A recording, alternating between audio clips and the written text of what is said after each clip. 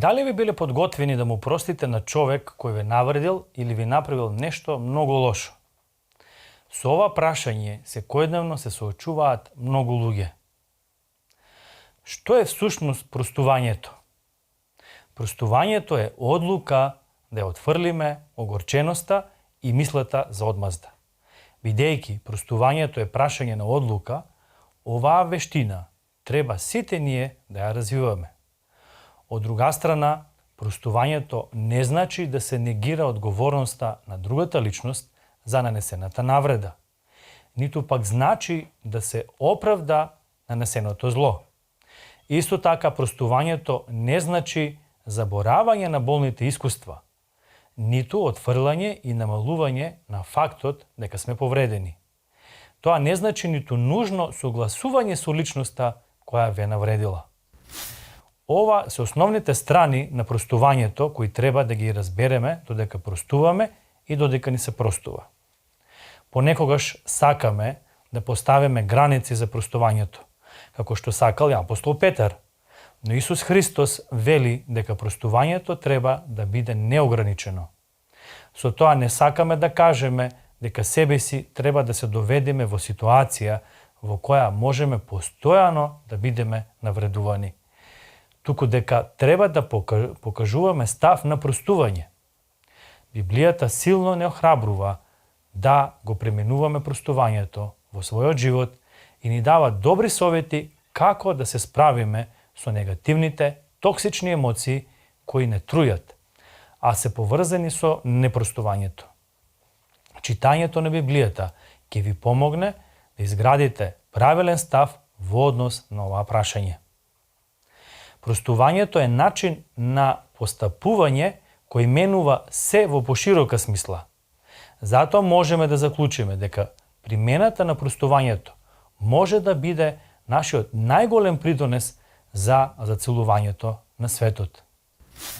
Од друга страна, од простувањето корист имаме и самите ние. Кога човекот е навреден, кај него се појавува гнев, омрза, огорченост, критикување, лутина, вознемиреност, песимизам, страв, агресивност, депресија. Тоа се токсични чувства што не трујат нас самите. Библијата ни дава добар совет во овој правец. Понатаму, браќа мои, на она што е вистинско, што е честно, што е праведно, што е чисто, што е љубезно, што е достојно за слава, на она што е добродетел, што е за пофалба, само на тоа мислете. Запишано во Филипјаните, 4 глава, 8 стих. Науката ги потврдува придобивките од примената на простувањето во секојдневниот живот. Според медицинските истражувања, бенефитите од простувањето се следните: помал број на срцеви очукувања и понизок крвен притисок, полесно ослободување од стресот и вознемиреноста, намалување на употребата на лекови, подобрување на квалитетот на сонот и намалување на чувството на умор, намалување на депресијата, поголема духовна и психичка благосостојба. Истражувањата покажуваат дека простувањето го подобрува физичкото и психичкото здравје, дури и во најтешките случаи на навреда. Не чекајте, делувајте, направајте го првиот чекор и простете.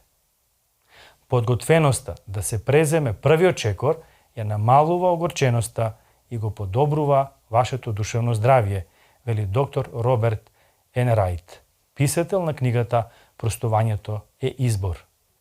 Ако покажете сочувство кон личноста која ве навредила, ќе се подобри вашето физичко здравје и ќе станете духовно и психички посилни.